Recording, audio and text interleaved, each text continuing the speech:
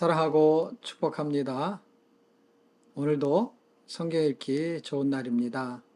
말씀 간통 프로젝트에 오신 것을 환영합니다. 교재를 한번 살펴보겠는데요. 8쪽에 보시게 되면 서문이 있습니다.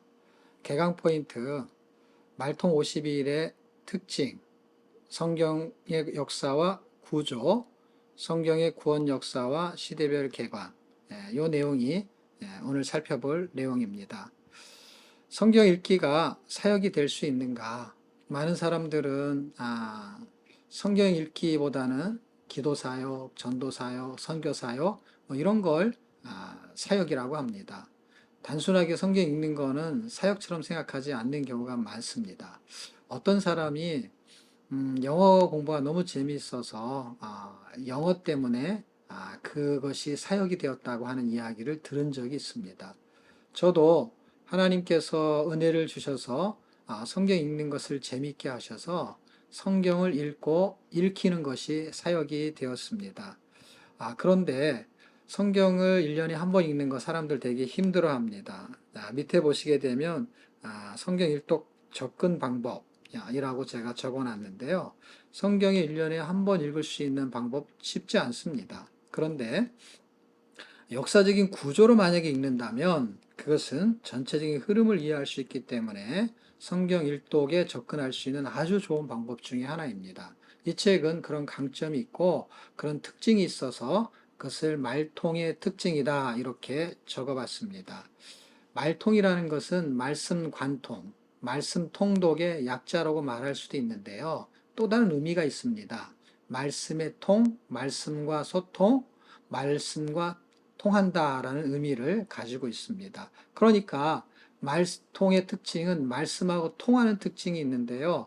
그 특징을 세 가지로 크게 살펴볼 수 있어요. 첫 번째, 성경 역사를 관통할 수 있고요. 두 번째, 구조와 초점을 잡을 수 있으며 세 번째, 전체적인 흐름을 파악할 수 있습니다. 특별히 성경은 66권으로 되어 있잖아요. 그런데 이것을 13시대로 구분했습니다. 물론 시중에 나와 있는 책들은 12시대로 구분되어져 있습니다. 제가 한 시대를 더 추가했는데요. 나중에 이 내용을 다 공부해 보면 그 의미를 알 수 있을 것입니다. 자, 66권을 13시대로 구분하기만 한 것이 아니라 이것을 50일 동안에 한 번 읽을 수 있도록 구분해 놨습니다. 다시 말하면 14권의 성경을 52일에 읽어서 성경 역사를 일독할 수 있는 프로그램이 된 것이지요. 그러면 말통의 특징처럼 말통의 목적이 있느냐? 있습니다.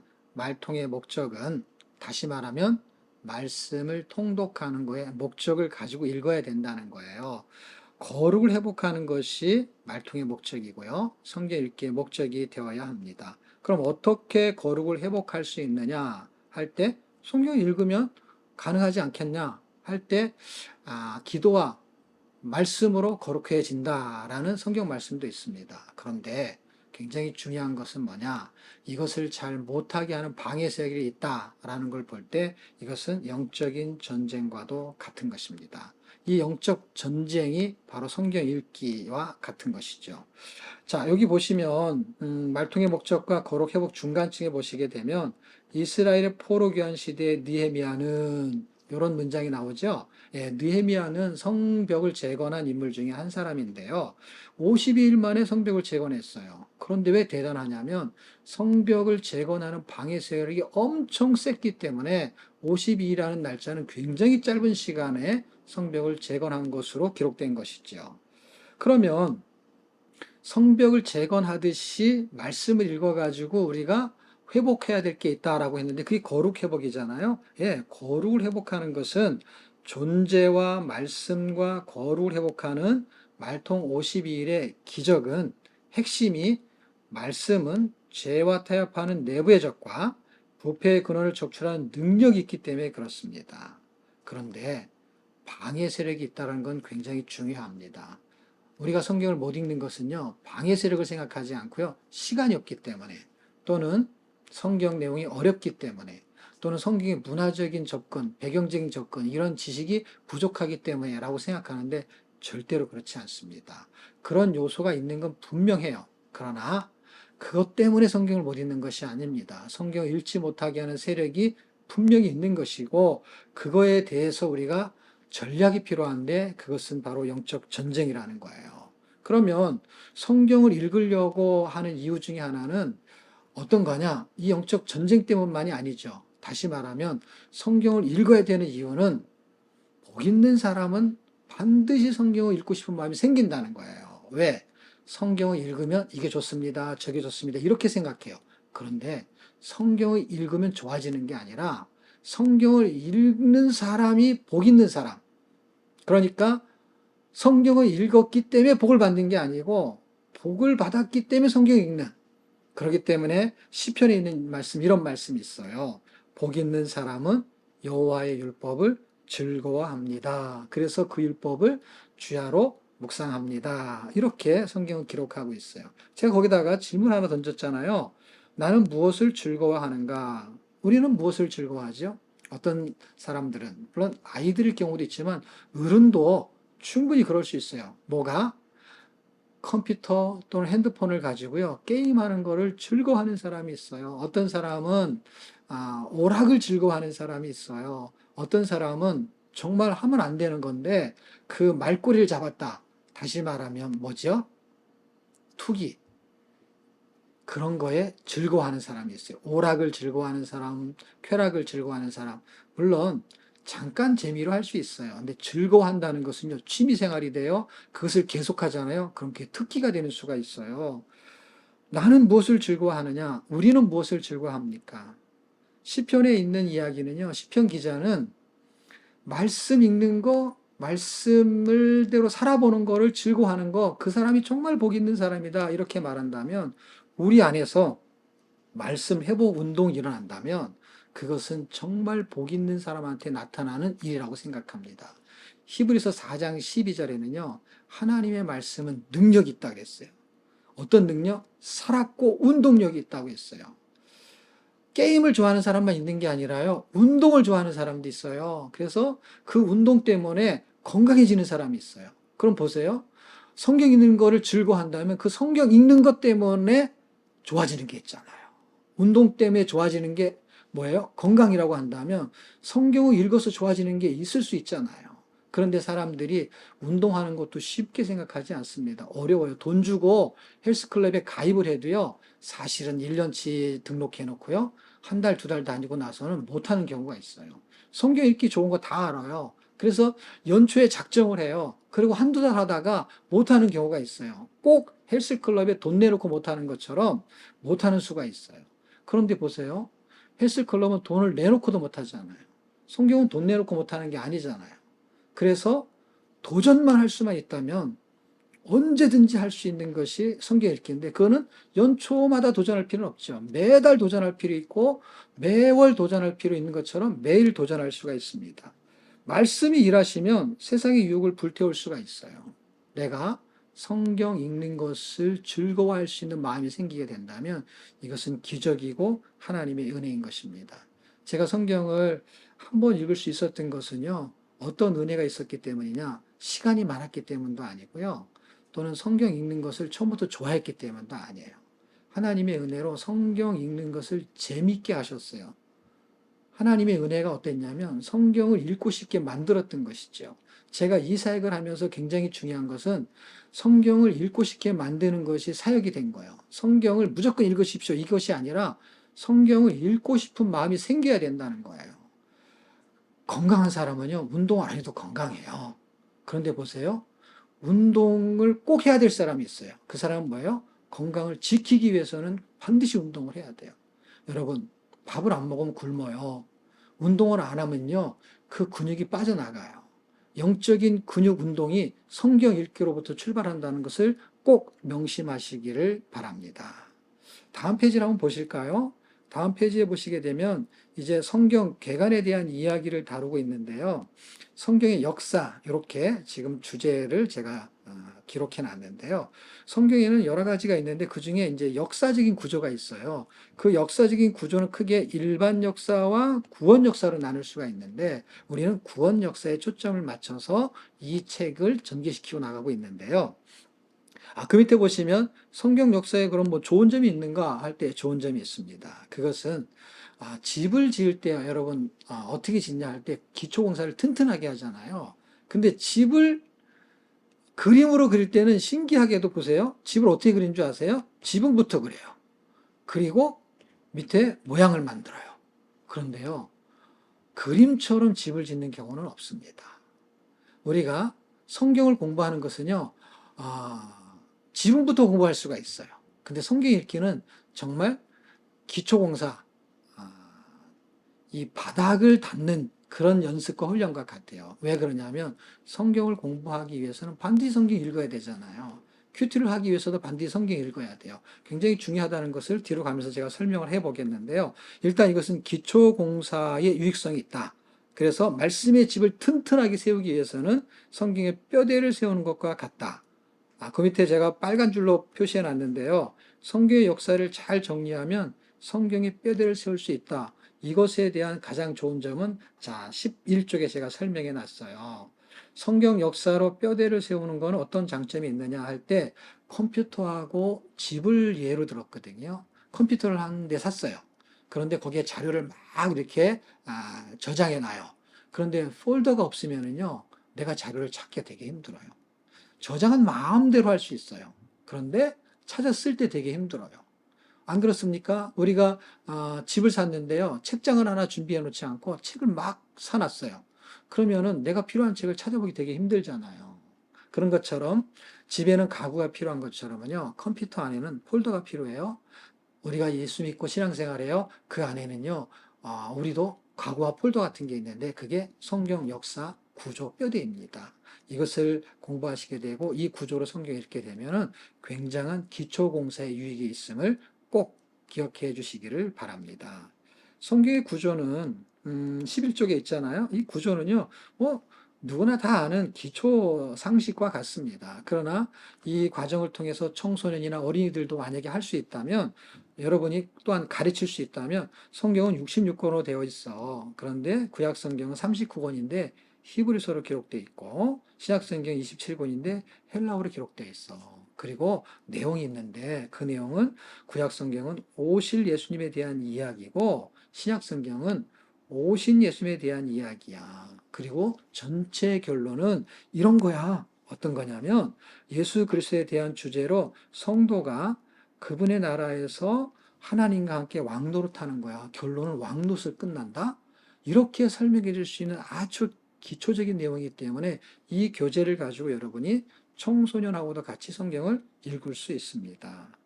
제가 거기 밑에 보면 신학과 신앙이라는 걸로 어떤 주제를 잡아봤는데요. 신학이라는 건 지식을 말하는 거고 신앙은요, 그 신앙 생활을 말하는 거예요. 그러니까 성경 공부는 지식에 해당된다면 성경 읽기는 꼭 신앙생활하고 가장 근접해 있다. 이렇게 볼 수 있어요. 그러면 하나님의 나라와 그리스도에 대한 지식은 신학적인 지식이고 하나님의 나라에서 그리스도와 함께 왕노릇하는 것은 신앙생활과 같은 거예요. 이 내용이 뒤에 가면 좀 더 보완이 될 것 같은데요. 뒷페이지를 한번 가보겠습니다. 자, 한 장 넘기시게 되면은 기록된 성경 말씀은 이미 설계된 매뉴얼이다. 이렇게 제가 글을 쓰고 있고 가운데 빨갛게 제가 네모 표시를 한 것이 참 성전이잖아요. 참 성전의 참자는 사람 성전을 말하는 거예요. 그러니까 성경을 우리가 읽고 공부하고 이렇게 살아야 되는 이유 중에 하나는 성경은 바로 성도가 살아야 될 인생의 매뉴얼과 같기 때문에 그렇습니다. 이 구조와 체계를 잡아간다는 것은 굉장히 중요한 것입니다. 그러면 이런 구조 체계를 잡는 성경이 어떤 방향으로 흘러가는지를 제가 서론과 본론과 결론에서 설명을 해드리고 있는 내용이 있는데요. 그 서론은 하나님 나라의 방향을 제시한다는 거예요. 우리가 이 땅에 살고 있기 때문에 세상 나라의 방향이 아닌 하나님 나라의 방향을 우리가 가고 있다는 것을 꼭 기억해야 되고, 본론은 그 하나님 나라의 방향을 가기 위해서 복음이라는 내용을 가지고 설명하고 있고 그 내용이 전개되고 있다. 그리고 결론은 영적인 이스라엘 백성을 출생하는 이야기. 그래서 영적 이스라엘은 다른 말로요, 하나님 자녀 출생이라고 합니다. 그리고 결과적으로 하나님 자녀를 출생시키는 이유는 하나님 나라를 세우시겠다는 하나님의 의지가 분명하게 있는 거예요. 그러면 자꾸 반복되는 이야기 같지만 역사를 우리가 한눈에 본다는 것은 이렇게 서론, 본론, 결론을 알고 있는 거예요. 다 알고 주제와 결론을 아는 방법이 하나 있고요. 이미 이런 결론을 다 알고 있는 사람을 통해 가지고 이 결론과 본론과 서론이 어떻게 전개되는지를 서론부터 알고 읽는다면 훨씬 효과가 있습니다. 큐티를 할 때는 일부분을 해요. 성경 공부도 일부분이에요. 왜냐하면 역사적인 배경, 아니면 그 시대적인 배경, 그 문화적인 배경, 이런 것을 공부를 하잖아요. 그런데 인물에 대한 공부도 하고, 이게 부분적이잖아요. 전체적인 내용을 볼 수 있는 것이 바로 성경 역사인데요. 이것은 이런 효과가 있어요. 성경 역사는 큰 그림을 한눈에 볼 수 있는 퍼즐과 같아요. 무슨 얘기냐면 우리가 퍼즐을 맞출 때 큰 그림을 보고 조각을 맞히잖아요. 그러니까 큰 그림을 보고 조각을 맞춘다는 것은 우리가 한 부분을 큐티를 한다라는 얘기는요, 전체 구조를 이해하는 상태에서 한 부분의 조각을 맞춰가면서 그것을 삶에 적용한다면 굉장히 유익하거든요. 큐티를 할 때도 성경 역사의 구조적인 초점과 의미적인 내용을 파악하고 있는다면 굉장히 도움이 될 것이라고 생각이 됩니다. 그럼 이런 성경의 목적이 있다라고 할 때 핵심적인 내용은 인간을 구원하는 것이죠. 그리고 구원의 방법이 있습니까? 당연히 방법이 있죠. 구원의 방법은요, 바로 믿음이라는 거예요. 뭘 믿습니까? 예수님이 우리를 위해서 십자가에 죽으셔서 우리를 하나님의 자녀로 출생시키는 이 구원, 이것에 우리 쪽에서의 해야 될 방법이 있다면 그것은 믿음이에요. 하나님 쪽에서 해야 될 방법이 있다면 그분의 죽으심이고 십자가 사건이고 부활하심이잖아요. 그런데 이미 그 내용이 성경에 기록되어져 있고 그 기록된 지식을 내가 믿어야만이 그분이 원하는 삶을 살 수 있는데, 성경은 크게 둘로 구분할 수 있어요. 그것은 구약과 신약. 그리고 구약과 신약 안에서도 내용이 복합적인 전개가 있지만 그래도 둘로 구분할 수 있어요. 구약을 율법이라고 한다면 복음은 신약은 복음이라고 할 수 있어요. 그 밑에 제가 글로 기록해 놨잖아요. 구약 율법, 신약 복음. 구약의 율법은요, 예수를 믿으라는 얘기라고 한다면 신약의 복음은요, 예수로 살라는 이야기예요. 그 밑에 제가 파란색, 빨간색으로 표시를 해놨는데 요한복음 5장 39절을 보세요. 너희가 성경에서 영생을 얻을 줄 알고 성경을 상고하거니와 성경은 곧 내게 대하여 증거한다. 이렇게 말합니다. 그렇게 증거하는 궁극적인 목적이 뭐냐? 예수를 믿고 그 믿음으로 살라는 거예요. 그러니까 성경은 그게 구약이든 신약이든 그것이 율법이든 복음이든 크게 둘로 나눠진다면 첫 번째 뭐냐? 예수를 믿으라는 거예요. 그 다음에 하고 싶은 얘기는 뭐냐? 그 다음에는 예수로 살라는 얘기예요. 그게 성경의 핵심 내용인 것이죠. 근데 이 두 가지의 내용을 균형 있게 알아야 된다는 거예요. 균형 있게 알기 위해서는 한 가지만 알면 안 되는 거예요. 제가 그 밑에다가 여러분이 이해하기 쉽게 까만 글씨로 세 줄 적어 놓은 게 있잖아요. 자동차의 구조와 운전. 자동차의 구조를 잘 안다고 해서 운전을 잘하는 건 아니잖아요. 운전할 때 뭐 도움이 될지는 모르겠지만 자동차가 고장 날 때는 도움이 되겠죠. 근데 운전할 때는요, 운전 연습을 해야 운전할 수 있는 것이죠. 운전 면허증이 없는데 자동차 정비 자격증이 있어. 그 사람은 운전을 못 하는 거죠. 그러나 자동차 고칠 수는 있겠죠. 성경 공부는 하나님에 대해서 아는 지식이잖아요. 그래 당연히 성경 공부해야죠. 그리고 성경에 대한 신학적인 지식이 당연히 필요하죠. 그런데 그 지식이 있다고 해서 사라지는 건 아니잖아요. 그러니까 지식과 그 다음에 생활은 별개이면서도 동전의 양면과 같이 붙어 있는 거예요. 왜? 지식이 기준이 되는 거잖아요. 그래서 성경 읽기는 신학 지식을 삶으로 전환하기 위해서 믿음을 공급받는 가장 중요한 출발 중에 하나인 거예요. 산에 가면은요, 높은 산, 뭐 강원도 같은 데 이런 데 가면 바람이 아주 잘 부는 산이 있잖아요. 그 산에 가잖아요. 그럼 바람개비를 크게 달아놓은 걸 볼 수 있어요. 프로펠러 같이. 선풍기도 아닌데. 그런데 이유가 뭐냐면요. 바람을 받아내요. 그리고 그 받아낸 바람의 에너지를 가지고 전기 에너지로 전환해서 쓰게 되거든요. 신학 지식이라는 건요. 성경 공부 이런 걸 통해 갖고 설교 이런 걸 들어서 바람을 받아내요. 그래서 신학이라는 지식, 바른 신학이 들어와요. 근데 이것만 계속 할 수 없잖아요. 왜냐하면 이걸 하는 목적이 있잖아요. 바람개비가 바람을 계속 받아내는데 받아내는 게 목적이 아니잖아요. 받아내기 위한 수단을 통해서 목적이 따로 있잖아요. 그래서 돈 들여서 세운 거 아니에요. 그러니까 우리가 교회 가서 성경 공부하고 또 큐티하고 이런 것들을 하고 목사님들이 교회를 세워서 우리에게 뭔가 신앙생활을 잘할 수 있도록 지식을 전달하는 거는요. 절반이잖아요, 절반. 나머지 절반이 있다라는 거예요. 그러니까 계속 공부만 할 수 없는 거예요. 공부는 해야 되지만 또 하나 해야 될 게 있는 거예요. 성경은 예수 믿으라는 얘기를 하지만 예수로 살라는 얘기도 하잖아요. 그러니까 우리가 그것을 받아들였어요. 신학 지식이 들어왔어요. 그 다음에 이것을 삶으로 살아내는 것을 저는 신앙생활이라고 생각합니다. 근데 성경 읽기는 그것을 삶으로 전환하기 위해서 주는 것, 그것이 바람을 전기 에너지로 바꾸는 전환 장치가 있는 것처럼 성경 읽기는 이것을 순종할 수 있는 에너지를 바꾸는 믿음이라는 걸 생성시킬 수 있는 아주 좋은 프로그램이에요. 왜? 믿음은 들음에서 나고 들음은 그리스도의 말씀이다. 이렇게 말합니다. 그래서 성경 읽기는 또 다른 측면에서 어떤 측면이 있느냐? 믿음을 생성시키는 부분이 있어요. 근데 사람들은 읽기를 통해서 자꾸 공부를 하려고 그러고 읽기를 통해서도 자꾸 큐티를 하려고 하는데 읽기는 읽기의 고유의 목적이 있는데 이것은 믿음을 생성시키는 거예요. 그럼 공부는 어떻게 되냐? 공부는 당연히 좋은 목사님, 좋은 교사를 통해서 학습을 하고 그걸 받아들여야죠. 그리고 이것을 실천할 수 있는 힘이 생기는 것은 믿음인데 그 믿음을 할 수 있는 텍스트가 전부 다 성경이잖아요. 왜냐하면 설교도 그 텍스트를 가지고 목사님들이 하시는 거잖아요. 그러니까 그 텍스트가 믿어지는 거는 뭐예요? 그것은 성경의 말씀이 믿어지는 성령의 역사가 필요한데 이것은 읽기를 통해서도 가능하다라고 로마서 10장 17절은 그렇게 말해주고 있습니다.